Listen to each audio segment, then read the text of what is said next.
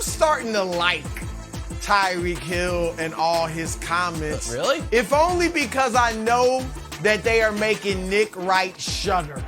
Okay? They're making him tremble with fear. And here's the ceiling, Wilds. I'm going to give you a very specific ceiling. Both Tyreek and Jalen Waddle each have 1,000-yard seasons. Tua throws for 4,500 yards plus. 4,500 and the Dolphins yards? make the play. That's a lot of yards. I didn't stutter. If they both get over 1,000, he's gonna have to throw for about 4, between 4 and 4,500, between 4,000 and 4,500. Nope. And they make the playoffs as a wild card and win a game. That's the absolute ceiling. Now I'm not predicting 4,500 yards. No, I'm that's saying a prediction. ceiling. Because here's the thing. No, look, you asked me the ceiling. You didn't ask for a prediction.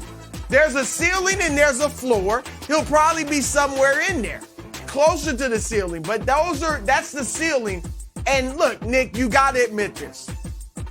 He has not had the weapons. We all know how many weapons they have in Miami. The receivers, they got a nice little running back core now with some of the additions. Chase Edmonds, Sony Michel, Raheem Mostert. Mike McDaniel, haven't seen him coach a game. But 5 years under Kyle Shanahan, I'm going to guess he is smart and knows what he's doing offensively. The offensive line has improved, and Tua went 13-8, Nick. And he did all that with the worst offensive line in the league. Okay. And so I'm just saying, with all the improvements and a coach who didn't believe in him, reportedly, and Brian Flores, I think with all the improvements, that's the ceiling for these Dolphins. And look, you were a big Tua guy coming out of college when he came out of Alabama. There's time, Nick. There is time to hop on the Tua train. Because don't start hopping once they get rolling. Brew is actually a tiny bit right, amazingly. But the majority of that was just hogwash. All right, first of all, I'm not a quarterback wins, quarterback record guy. But no one should be a quarterback wins guy when it's a 13-8 sample. And 3 of those 13, he had to get pulled for Ryan Fitzpatrick, the closer, to come in and win the game for him. So, that is even more misleading than your stupid Jimmy G graphic. With that said, Wilds, the absolute ceiling for the Dolphins is what Bruce said, make the playoffs. I don't think they can win a playoff game. But I look at the AFC as we have 6 playoff teams. I don't want to say locked in, but there are 6 teams, the Bills, the Ravens, the Bengals, the Colts, the Chiefs, the Chargers, that I would be very surprised if any of them don't make the playoffs. Now, due to injury, one of them probably won't. But that leaves one spot available for your guys' beloved Russell Wilson, for the Raiders, for the Steelers, for the Titans, for the Dolphins, as the other 5 viable, potential, possible playoff teams. So, yes, their ceiling, Wilds, is make the playoffs, but Tua's ceiling is nowhere close to 4,500 passing yards. He would be very, very happy to get 3,500 passing yards. That's 200 yards a game in the expanded schedule, which would be great for him. So, no, I think the Dolphins could be, a 9-win team and sneak in. Easy division. 2 games against the Jets and 2 games against the Patriots. So, yeah, maybe. But no chance of Tua having 4,500 yards. Give me a break.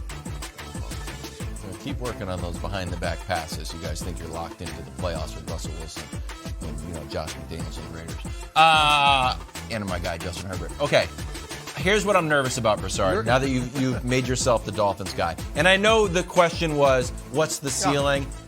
It's just not how it plays out, though, once we actually ask the question. If you ask me what the ceiling is for my son, I'm like, he could be president. You don't say, well, he was just saying, no, you would say Kevin thinks his son will be president. I don't just say, that's a ceiling. Okay, here's what I'm worried about. Dolphins' schedule. They have Patriots, loss. At Ravens, loss. Bills, loss. At Bengals, just went to the Super Bowl, loss. Then week 5, the Jets. And I could see the sneaky Jets saying, you know what? let's just bury the Dolphins season right here. Because if you go 0-5, the first-year coach, into his confidence, which is on shaky ground. Woo! And Tyreek, you think there's an other edge of this public relations sword with Tyreek out there talking to the media every day. You go 0-5, I think you're going to get a different Tyreek. It's not going to be Waffle House open 24 hours. 0-5. What? You know what? Hey, 0-5. Put it on the bottom line. What game are you winning? What game are you winning? Trouble. Patriots, Ravens, Bills, Bengals. Well, they're fake. You're going to be underdogs. Okay, that's four. Well, they certainly beating the Jets. They're favored against the Patriots. They're certainly beating the Jets. And they're favored against the Jets. Patriots, yes. What are you talking about? That's an early line. What are you talking about? That line is going to move. Hey, guys, you know what? Hold on. You don't think I'm going to move the line? 4,000 yards. 4,000 yards is like 235 you yards said a game. 4,500. He's capable. You said 4,500. No, I said somewhere in between. Aside from Tom Brady, I think this is the single worst injury they could suffer. I think maybe immediately that seems hyperbolic, but given the fact that they have two new guards, Ali Marpet was a Pro Bowler last year, he retired. Alex Cappa wasn't a great player, but he's gone. And now you have your best offensive lineman, I would argue. They still have two very good tackles. But Ryan Jensen, I know some services rated him the best center in football last year. He's now out for the year. And we also know, Brew, that Tom Brady can deal far better with sketchy tackle play more so than bad play up the middle where you get pressure in his face. And if you look at the other best teams in the NFC, Aaron Donald is there. Eric Armstead is there. Kenny Clark, who just had maybe the best season of his career, is there in Green Bay. This is, to me, a devastating loss for them. Now, they might go out and sign a center. I understand that. I get that they are going to try to, improve the position. But I think if you were to ask Brady, of all the spots on the team, the one that he is most reliant on, Evans is a better player, but Brady can make do with different wide receivers. Plus, they just signed Julio, so you see what he has left. I think this is the worst injury they could suffer aside from a Brady injury. So I think it's a big deal. Yeah, I don't know if I go that far, the worst injury, but it is a big deal. Wasn't Jensen, was he the first player that Brady called that was a free agent? One of the first when he decided to come out of retirement again. Oh, yeah. So he understands the importance of Jensen. Yeah, Jensen being there. As you mentioned, it's kind of a revamped offensive line. Now the schedule, and they start early, right? The schedule starts tough. So their first 4 games, I believe, are really Dallas tough. Is first one. So they have the Chiefs in it's going to be challenging for that line to get together. You see it right there. Those first 4 games are going to be tough. Now, in mid-October, November, it lightens up a bit. But by that point, the offensive line should be clicking. But, look, I don't think it ends their chances of doing what they want to do, which obviously is reach the Super Bowl. But it's a big blow, Wiles, and I think it'll show early in the season. But over time, I think they'll get that offensive line straight. Here's why I'm worried. I don't know what the motto is for the Tampa Bay Bucs this year. So year 1, it was basically Tom Brady is here and he brought his friends. Won the Super Bowl. Year 2 was largely let's run it back. Where it's like, hey, we brought all 22 starters back. Look at us. Now we're in year 3. And it's a lot of, maybe it's like, who's that guy exactly? Are we sure this is the same Bucs? It's like Tom Brady and TBD. Where we got, Bruce Arians is gone.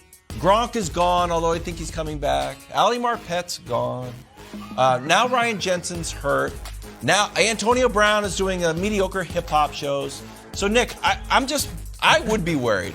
Is it going to affect their win total significantly? But I am firmly in the worried camp. But I do think this Gronk comes back. He sends a little note. He's like, Gronk, I also need some blocking now. So can you help me out here? He's like, oh, fine. Week 8, I'll be back. I don't know that Gronk is going to move the needle significantly.